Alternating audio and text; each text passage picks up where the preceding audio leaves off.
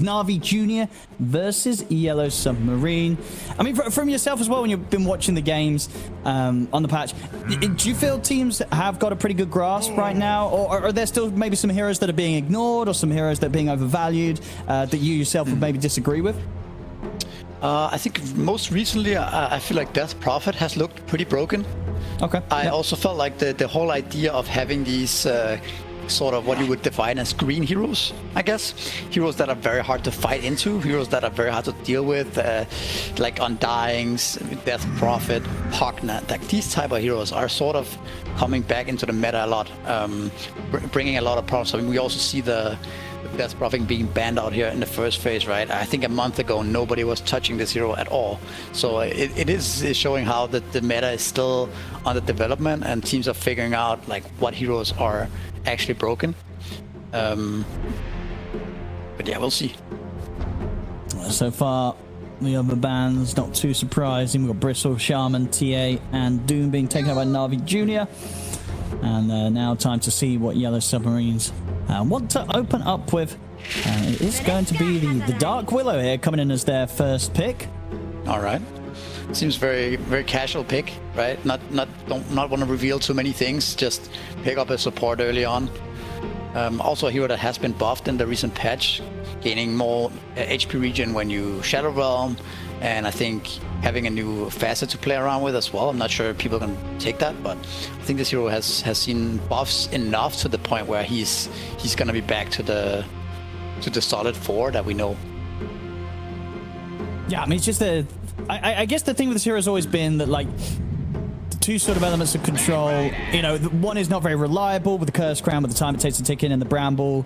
You're going to have dispels and such down the line. But early on especially, you know, yeah. the amount of impact you can have in a team fight before these sort of items are online or ways to deal with the control. Like, the Dark Willow can pretty much control the entire team fight.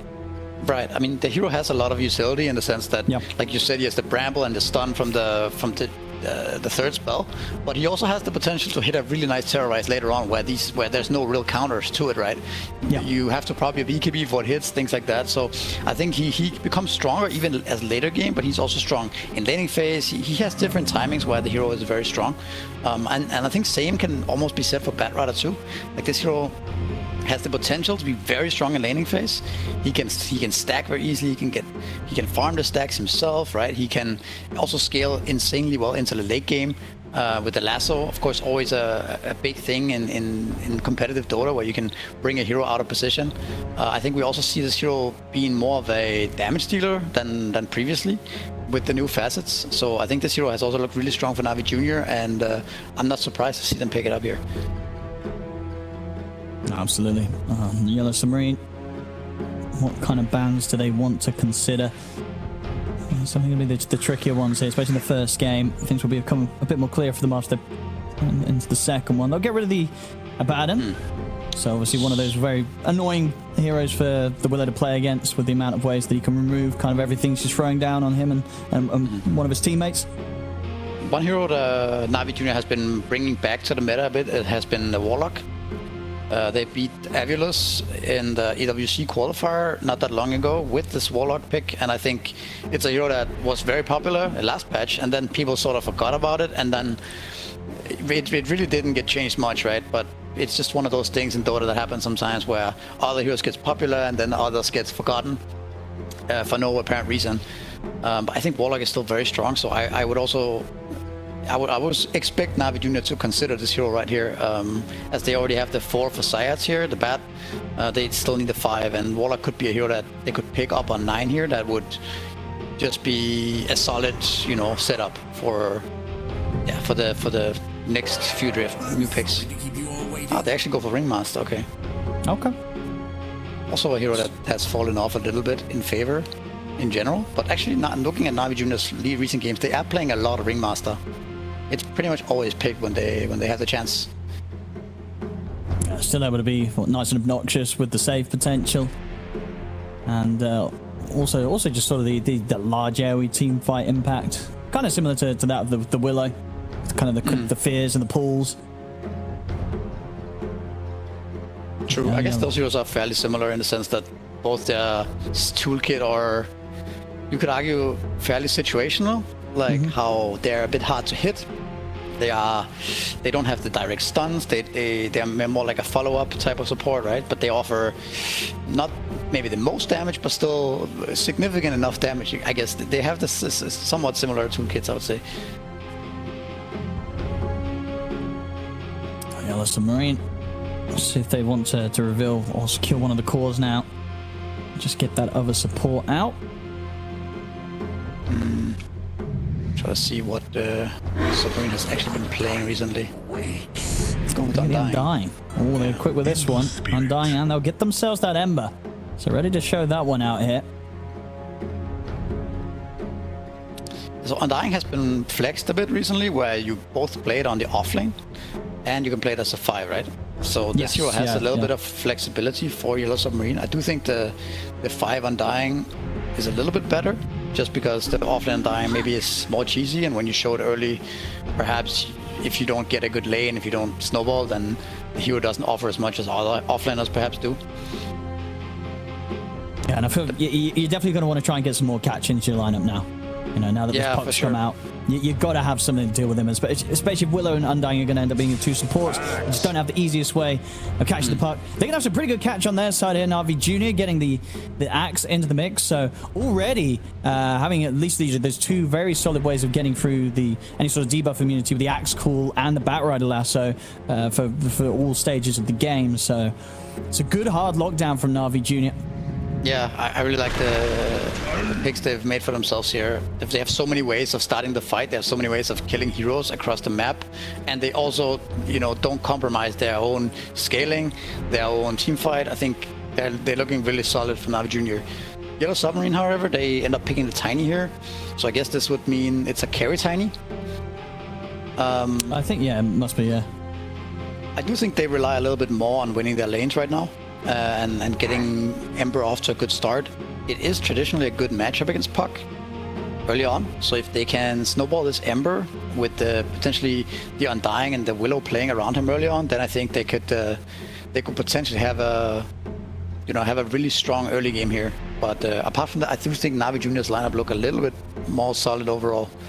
But of course, I mean, it's both looking good though.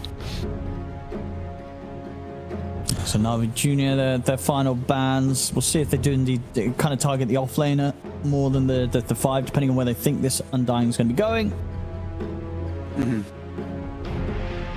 See which one they fear more. I would expect Yellow Submarine to look at a push 3 last. I'd like to think so, yeah. Of course, maybe if there are too many offlaners are banned in the end, they might be forced into some weird pick or to put the Undying on the 3, right? Because if you look around the bans, actually a lot of offlaners are banned out, right? The Darkseer, the Doom, Bristleback, Enigma, Timbersaw, Pangolier, Abaddon. Like, actually a lot of the best offlaners are banned out. So, and I'm not sure if it's better to just put this better hero Undying on the offlane and get another 5 in that case, or pick a lower tiered offlaner, right? That's something that they have to consider.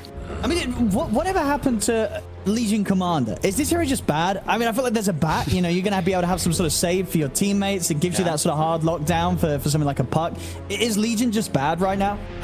I don't feel so bad when I have this hero. When I play pubs and I have a Legion offlane, I don't feel bad. I think this hero offers a lot of good catch and a lot of strong laning phase. I mean, it doesn't matter that much here, but they end up picking a mag. But I do think that Legion eventually will see some play.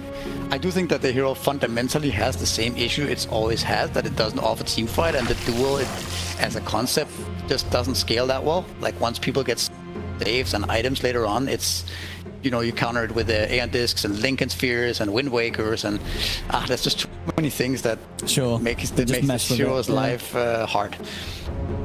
Okay, so indeed, the Magnus coming out as the last pick here for Yellow Submarine's offlane, and got the juice very quick with that.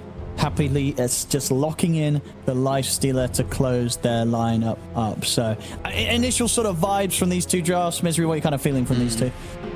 I do like the Mag last pick. I think it synergizes well with their draft, with the Willow in the lane, with the Empower for Tiny later on, for Ember later on. So I think Yellow Submarine's last pick looks really good, but on the other hand though, I do think the Nakes He looks very free this game. It looks like it's very hard to bring him down. He's a good carry matchup into the tiny. Yeah, he doesn't really care about much. So I'm leaning a little bit towards Navi Jr. But yeah, I do think that the Yellow Submarine, if they can snowball mid, like we talked about earlier, then perhaps they have a chance this game. Yeah, I mean, that's really going to be sort of the X factor from Yellow Submarine. As we said, this is the team coming through the open qualifiers. You know, we're not familiar with all of the players on the lineup, so it's going to be their chance to sort of impress and show us what they can do here against Navi Jr. And yeah, I got to just the fact that Lifestealer was picked quickly as it very much tells a lot there. I feel, you know, that's got the juice saying, just give me the Lifestealer. This is the, you know, this was the plan they had all along. I think with the draft that they were setting up, he gets it. I think he's feeling pretty confident about this one. Yeah, they probably thought they wanted Lifestealer even before the mag came out, right? Considering they also banned Enigma last, it makes a lot of sense. And then the mag did not deter them from going that direction. So yeah, I should be very confident. I do think that now that I'm looking at it, the game where you kind of get a more of a different look at how the lineups match up in terms of just visually how the heroes look next to each other. I do think the drafts look pretty even, and both drafts look very balanced and sort of well-rounded. You know, there's not a lack of team fight on either. Both has team fight, both has damage, both has stuns and catch setups. Strong lanes, so it might actually be a close one here. Let's have a look. Both teams with the smoke, ready to try and look for the early action. Good wraparound coming in from Navi Jr. And let's see who smoke's going to pop first. Bottega. Looks like they're sort of aware that this kind of angle of attack could be coming in. Yellow Submarine staying grouped up themselves. Bottega. He's going to have the smoke dispelled. They're going to be aware that they're around one another. There's Loopsy and Dakota just going to be able to push back around the runes. Just going to be the 2 for 2. See them try and chase down Bottega. See what they can do about this. The blood grenade dropped down. Impalement arts coming in as well, but the backup's there from Loopsy and Dakota. So Navi Jr. not going to get the first blood quite here, as they will be chased back out towards the top. I mean, looking at the lane setups, it does seem like we've got a lot of early game battlers. I mean, is there anyone in one of these lanes in particular that you feel is going to be the nastiest? Loopsy up top. It's going to go for the Shadow Round TP. That will get him out in time. But yeah, is there anyone going to suffer during these lanes, you imagine? Right. I think top lane is going to potentially be a brawl, right? We have Undying against the Axe. Both heroes.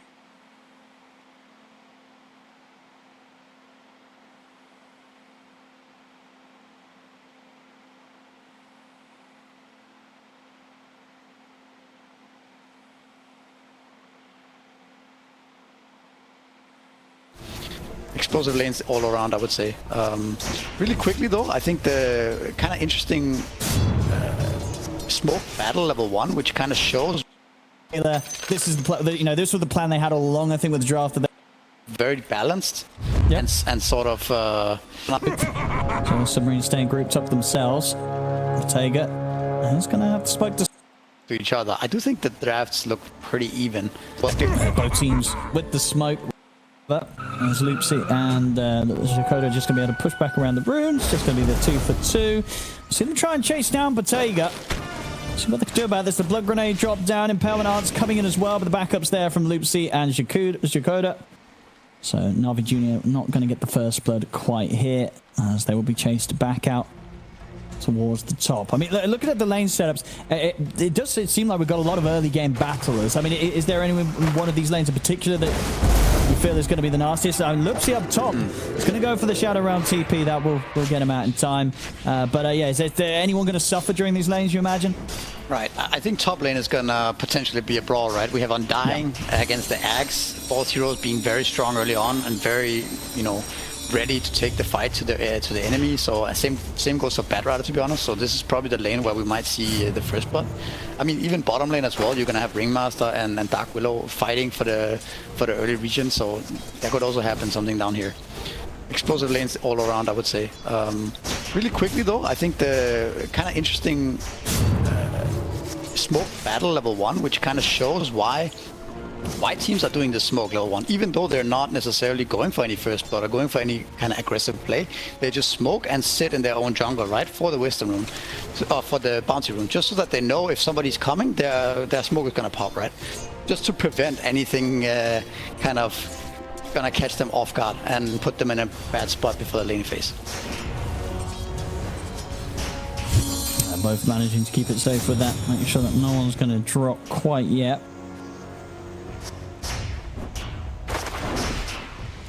And yeah, but would you imagine as well with the way that the draft did end up, do you think it was the plan all along from Yellow Submarines to have the Undying as the 5? Yeah, I would think so. I think Sakura is a player who is very much the traditional 5, who has been, for the most part, playing the most meta heroes in the patch. So I think them picking up the Undying 5 there is probably just locking in his hero early on. I don't necessarily think there was much flexing going on there. So good start for Yellow Submarine here on both the lanes. Yeah, top lane's pretty easy here for Bottega. And Shakoda's doing a good job. Make sure he gets the space. Got some good damage down onto Shakoda, but he's chilling. He's got 9 stick charges, plenty of mangoes ready to play with, so he can continue to spam the decays. And down on the bottom lane, also not too bad of a time if I got the juice. Not getting contested or pressured that heavily by Infernal or Loopsy so far. I guess that will remain the case, right? The Lifestealer was just super safe down here against these two. Yeah, I think the more levels he gets, the more safe he becomes. I think if he were to be bullied, it would have been the first few levels. I think once he hits level 3, gets that brazier going, maybe the boost of speed, then at that point I think he's not really going to be able to be touched anymore. At the same time though, you will also see the mag. Like Lifestealer doesn't necessarily pressure mag that much also, so mag will also be able to get his farm. Should be able to be on track to get good progression in towards the Blink Dagger timing. Unless we see some of the rotations come in. Mid lane, so far, pretty much dead even here between these two. Obviously, the puck was picked up, Niku, in response to the Amber Spirit. More so because of the fact that they're going to have that Dream Coil in the mid-game and late stages to lock down the Ember, have a chance of catching him. But yeah, as for the lane, both getting pretty easy farm out of this. I wonder if the... Oh. It does get a good call off, but yeah, not quite enough there. So Shakoda will survive. One of the mid-matchup Ember Puck has changed a bit with the introduction of facets and the fact that Ember doesn't go for the double strike facet anymore. He goes for like the more scaling, perhaps chain gang, right? That doesn't necessarily help him in a lane phase. So this matchup perhaps is not as bad as it used to be. And we also see that reflected in the CSR here. Yeah, that is true. Yeah, because we did definitely see some Embers, really did quite the number against pucks in the matchup. But yeah, it's just too hard to not take this chain gang nowadays, right? With 4 units on a searing chains, it could be pretty insane in the fights. Yeah, the potential there is too big.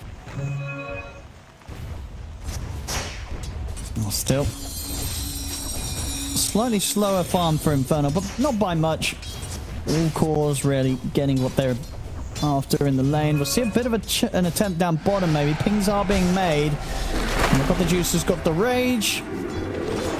Still going to be able to try and get a hit in with the Shadow round, but yeah, actually getting the chance for a kill proving to be pretty difficult for the teams in these laning stages and laning setups. A bit of a move over towards the mid here for Shakoda. He's just going to maybe pick up some of the XP whilst Morel takes the walk back to base. I might try go for him. Zayat's around. Still a little bit unappealing diving in for an Undying, so nothing to be found here. Actually, with this, with the curveball as well, you have 2 ways of abusing your innate puckish, right? That's gonna continue to give you mana and HP back from dodged attacks. So we just saw Nico there dodging an attack with the Illusory Orb from the tower, and then right after that using Phase Shift as well. Obviously, this hero, if he's allowed to do that, how are you gonna kick this guy out of lane, right? He's gonna have infinite resources. bot lane. Mag almost going down there. Oof, very close. Gonna have to make the trip back. Lipsy was trying to chase back at an attempt for Riddies, but they're not going to happen. Got the juice, continuing to remain strong. Let's see what we get in this first rune. It was just the illusion rune, so nothing too exciting going to be coming out from the pot quite yet. We're going to see the stack start to get cleared here by PMA. X6 already, pre-7 minutes. Gave him a lot of solo XP. Zayak was like moving towards mid, stacking a lot. And now also clearing out the stacks here. So nice macro game from Navi Jr. You can even see Zayak stacking another camp here. And the Ancients too. Yeah, this is going to give him really solid timings on this blade mount for PMA. It's going to make it pretty difficult for Yellow Submarines to fight into them. If PMA is able to just step up, get a position for the call. I've got good follow-up as well, as long as Niku's going to be ready with TPs. This is going to be an incredibly farmed Dax. Top CS right now off the back of clearing those jungle stacks. It seems like nothing is really going to stop this from continuing to ramp up, right? It seems very hard to kill the guy. It seems hard to stop him from taking the stacks. So yeah, we might potentially see PMA pop off this game with this good of a start on Axe. Yeah. No, I think so. Yeah, he can start just grabbing waves. We could even pull them into the jungle, start clearing some of the enemy's camps as well if he wants to. I don't think he's going to be feeling too much under threat up here. They just have to bring up a lot up here if they wanted to try and do anything. I mean, the big difference as well we're seeing is, you pointed out how high his levels are. Of course, on the other side, how sort of low Infernals are. Right? You've got level 4 Magnus right now in comparison to the level 7 Axe on the other side of the map.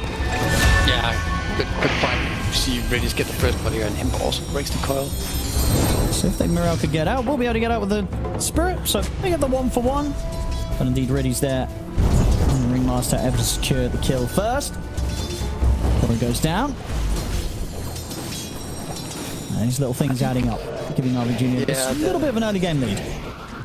The fact that Axe is such a strong laner and can clear stacks so easily, it's like, you might think Mag can do the same, but he needs so much more levels and empower, right? And he doesn't clear at the same speed, so maybe this is also why Axe is such a popular hero right now, that he just always has this type of game, and he's very hard to shut down. I guess if you look at the lineup as well, right, it is ultimately 4 melee heroes, and trying to sort of burst and poke the Axe, it's not going to be difficult to sort of, it's going to be difficult to take him down 100-0. So just dealing with an A stage is not going to be fun. We'll see if they're able to get any sort of itemization online to kind of mess with his game. See if someone wants to buy Yules sometime soon or earlier on, so they can at least kind of take him out the fights and hold him back when he does inevitably just start charging them down and getting in right into the center. Also see the way Zayak is playing is creating a lot of space for his team. Like, he constantly starts roaming mid, walking into their jungle, and it's very hard for them to kill him. Like, he already has 1000 HP with the Lotus, so for them to kill this bat, they have to bring all both supports and the Ember, right? And even then, it's not necessarily that clean. So I think he's doing a lot right now. We're getting a haste for the Ember though here, so maybe that's an opening for Yellow Submarine. Yeah, sitting back definitely doesn't feel too good for them right now. Oh, Undying spots the stacks here. I mean, can they do something about this? I feel like you might even want to bring like 4 or 5 heroes over, right? This is like, it's a pretty big job. Yeah, I don't think you can't really kill it. There's too many Ancients, I think. Maybe you can get some kills on some heroes, but it does seem Navi Jr. are very aware of the fact that Undying saw this. They even have a ward right now, spotting out everything. See in the mid, good jump forward here with the Remnants. Morel's able to swing across and take down Zayats. As Navi Jr. did try and attempt to poke a Lupsi in the mid. That's good moves from the Embers to swing back over and help out. Make sure that Navi Jr. don't find the kill.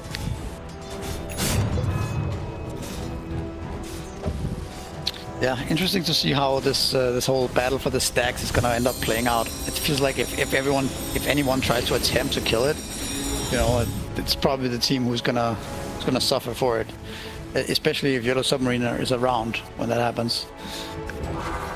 Let's have a look. Once again, Shikoda, he's actually going to drop the tombstone. Okay. All right, they're definitely showing that they want to try and fight around here. As you said earlier, killing the stacks doesn't really seem to be on the table for Yellow Submarine.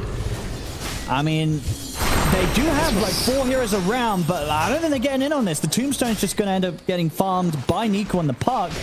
And now they're just giving up the stacks, right? Because now you don't have the tombstone. Okay. I mean, I guess they felt that they had to try and do something, but I think in reality, as what you mentioned earlier, there really was just nothing they could do. Even though they had that information, they saw the stacks. Maybe they sort of just had to suck it up and say, well, let's just focus on getting as much as we can out of the rest of the map, because we just don't really have the tools or the heroes to get up there and do anything about this.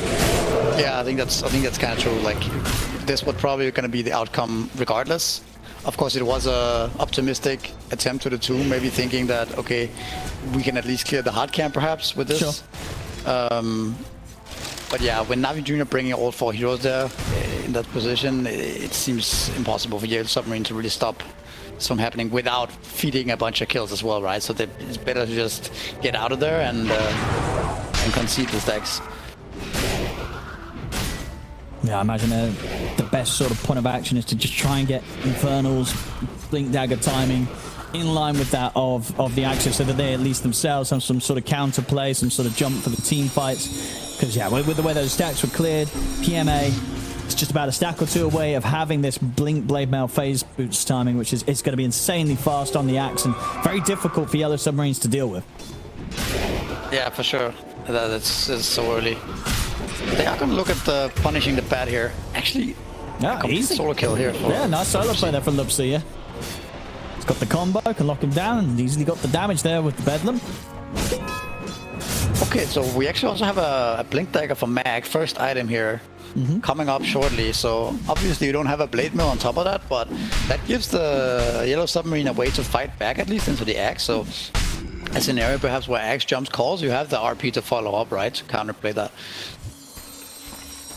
Yeah, they do have really good follow-up on the side of Yellow Submarine as well. You know, if they get this sort of RP into the avalanche of Bottega and then this sort of Willow combo coming down, it is a lot to punish Navi Jr. if they get a little too grouped up themselves. But from what we see from Navi Jr., they're a pretty tight team. They don't seem to make those sort of mistakes in the mix of a team fight.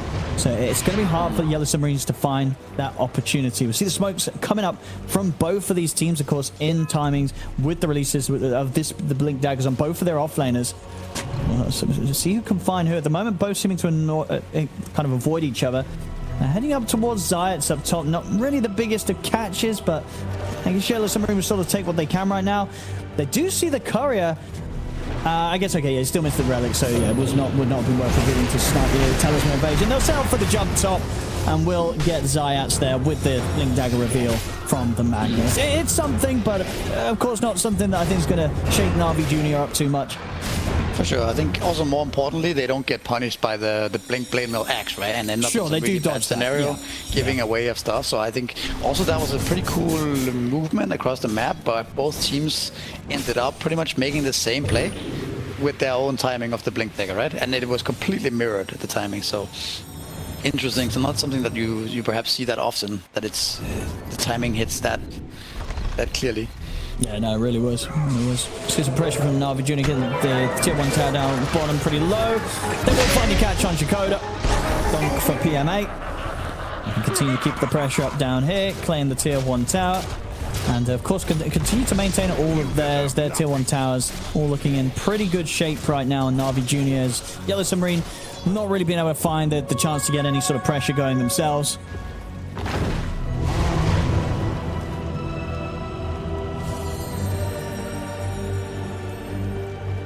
Yeah, we talked about we want to see aggressive games. We kind of have aggressive games in a way, but there's also a lot of farming going on, right? A lot of avoiding each other. We haven't really seen any team fight occur yet. Of course, both teams want to make sure that they're the ones getting the proper initiation. Still continuing to try their best to keep their tier 1s up alive in the mid lane. Further blinks coming out soon. Zayat's on the bat. We'll have his very shortly. Yeah, Puck as well. Closing in on his. Actually, they're going to have the triple blink on Navi Jr.'s lineup. And pretty early as well. They are. They're also gonna. I mean, when they get their blink daggers and the radiance on Lifestealer, I think it's time to start 5-manning and start forcing these fights a bit more aggressively than what we've seen so far. Like Navi Jr. has gotten strong timings with the Axe Blade Mill, but they haven't exactly tried to open up the mid tower, right? They haven't tried to invade the jungle very aggressively. So I think the radiance timing should be the time to start doing that. And then what do we have on Yellow Submarine to kind of counteract that timing? Tiny, not really any clear timings for this hero, but he does have the shard, so he's very tanky, so he can fight back. Yeah, if he's able to turn up and get an Empower coming in from Infernal, that could be able to hit pretty hard. We'll see him try and go on PMA, but PMA's just going to stand his ground, get the call, they'll get the follow, they'll look for the RP, but the Torment's in time to push back the Magnus, stop getting the RP off. The Fear will come in from Loopsy, he's going to try and run them down. Now the RP comes into place, but got the juice, he's perfectly fine, he can walk this off. The dunk comes out from PMA to clean up Loopsy, and they can go in for more. They get the jump, the lasso onto Bottega, got the juice, making sure they bring him down, they'll skewer him to the side. The Tiny, can he get out? He cannot. Zayas ticks him down. They get the call control onto Morel. Can he jump out of this? He can't. The dunk comes in before he can jump over to the Remnant. The Yellow Submarine, they try to fight this, but they just get completely controlled there at the start. The call coming in, and then with the Wheel of Wonder laid down, it's got a mid-animation there from Magnus trying to get the RP off, but the pull at the wheel comes in, and he's not able to get that perfect follow-up they needed. Yeah, for sure, man. It was also a very, very close fight, actually. Axe initially missed his blink in, but somehow gets the two-man call anyways, and the three-man Wheel of Wonder absolutely destroying them. Yeah. Ember also didn't manage to get there in time. He came in all the way towards the end and just died. So I think that was also the deal breaker. The fact that Ember was not ready to cast spells from the beginning made a huge difference there. And it was very much a great control coming in from Lupsi, but indeed just with the remainder of the Wheel of Wonder controlling the rest of his team into the Dream Coil that came out from Niku, it just meant that Yellow Submarine as a whole couldn't capitalize on the fact that Lupsi on the Willow did get that lockdown onto the rest of Navi Jr. So everything not quite falling into place as much as Yellow Submarine would have hoped for there. Navi Jr. getting that little bit of a team fight win, and now up to a 5k advantage, and obviously the thing they've got to worry themselves about next time in the next team fight. Look at, got the juice. Next fight, he's going to have the Radiance on him. So if they're not able to make that quick jump, get those quick kills, the Lifestealer is just going to be able to win out those sustained team fights.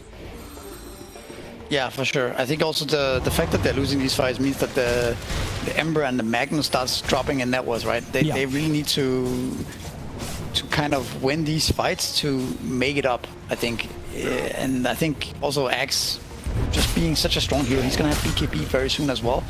With the Radiance, I fear for the Yellow Submarine's ability to fight back.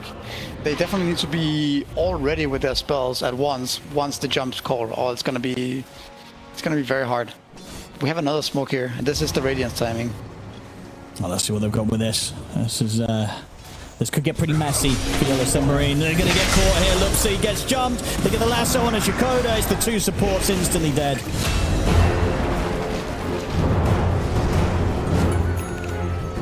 Definitely proving it's only going to get more difficult for Yellow Submarine. I mean, what is the plan? I feel like you've got to keep trying for some sort of smoke plays around the RPs, right? You've got to look for some sort of action to catch Navi Jr. off guard.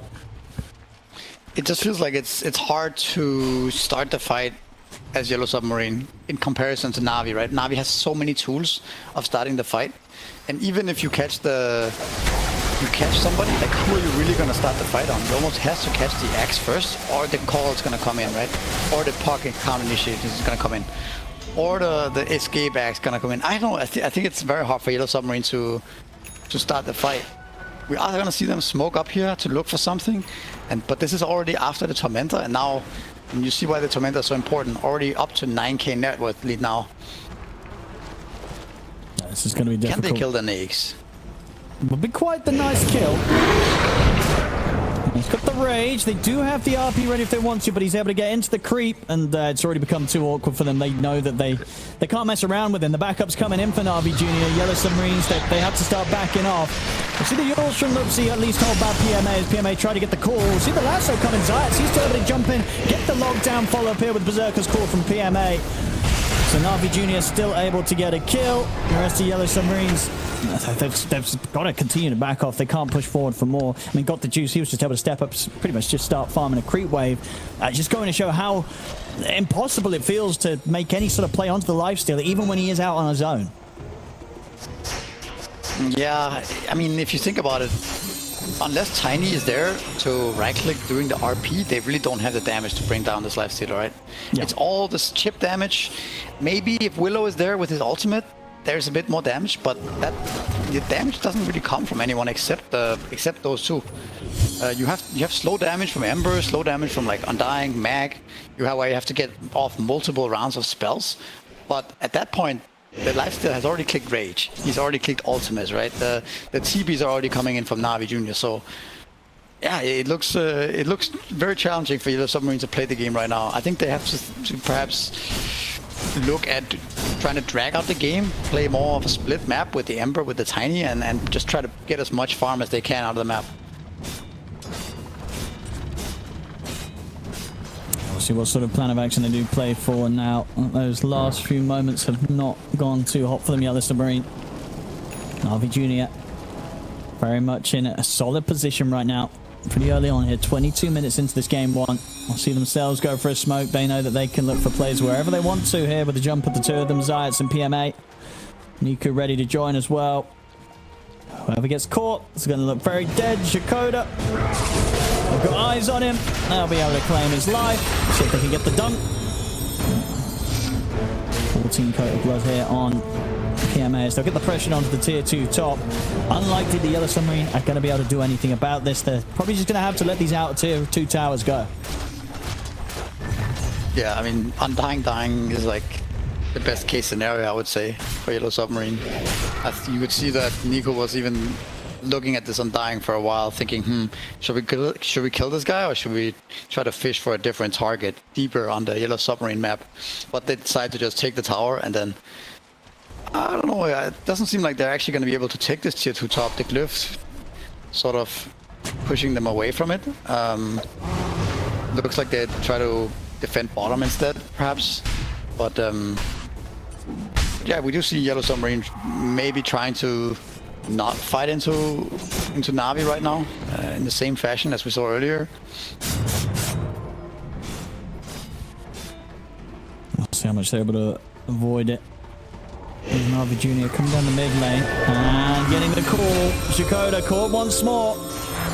Definitely the one taking the brunt of these plays that Navi Jr. are making.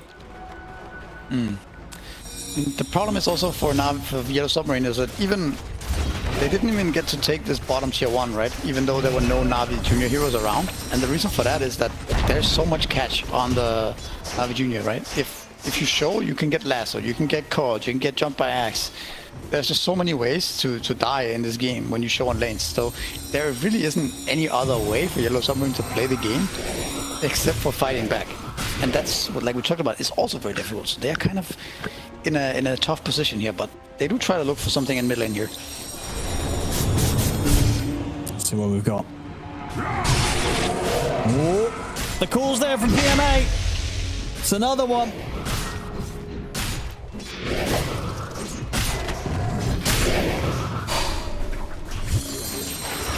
And if you think about the implications of how that works out, the Yellow Submarine cannot really show on lanes without dying, right?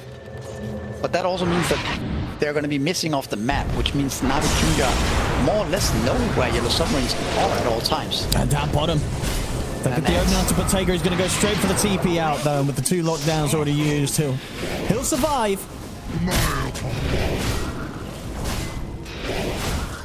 All right.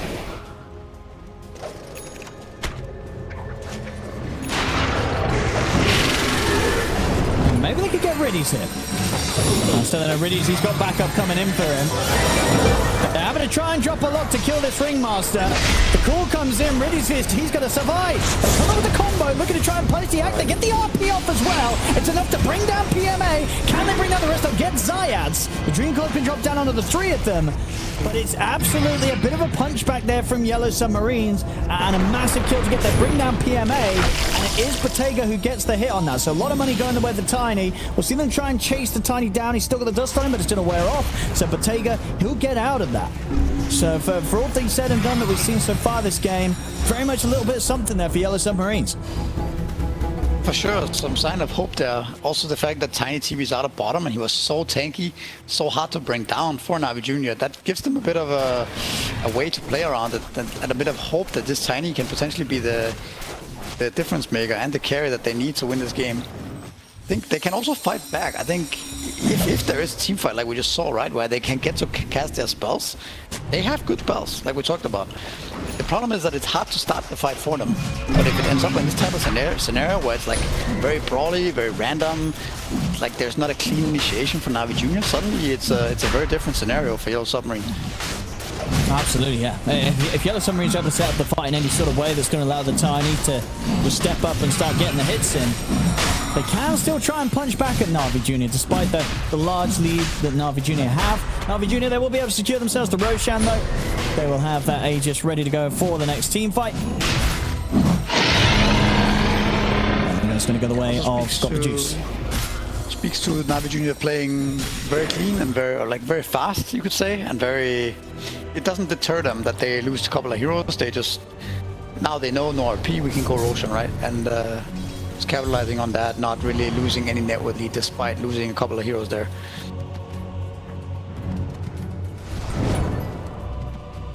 Of course, pressure on Shakoda to make these clutch tombstone saves here with the Blink Dagger in the team fights. Could be the difference maker if he's able to save whoever gets jumped by the axe or the Bat Rider. Yeah, that was also a big factor last fight, right? The fact that they could save the Tiny up and the tombstone could be a very nice way to bait somebody, get the tombstone down, hit the RP, right? Down bottom. Got the call onto Bottega. Trying to take him out, but he has got backup. The Dream Coil's going to be there. He can be popping. Get the RP off onto the 2 of them, but Bottega's already dead. And with the Tiny gone, they do not have a chance to follow up on the RP. PMA cleans up the 2 of them. I mean, it seemed like they were kind of fishing for that Yellow Submarine because they did have the 2 of them down there, but biting off a little more than they could chew, because even though they are kind of like the stronger 2 on the team, or at least they have that great synergy with the RP and the damage from the Tiny, it was a bit of a risky spot for them to be on the map. And one of the reasons why, as you said earlier, that it did look like they didn't really want to try and hit this tier 1, and that was with 5 of them before. Exactly. That's really the problem of this game. When you're behind against a lineup like this with so much catch and damage, you know, you can't really get out on the map properly. You can really only hit jungle creeps, right? That was a risky one that doesn't pay off for Yellow Submarine. Getting a little bit too relaxed after their success in the team fight in the mid lane, and now they're paying the price. Navi Jr. pushing up. PMA continue to rack up the kills here on the axe as he having a fantastic game, obviously largely off the back of the setup. The Zayats was able to give him the stacks and the way he left the lane to himself. We'll see bottom. Infernal.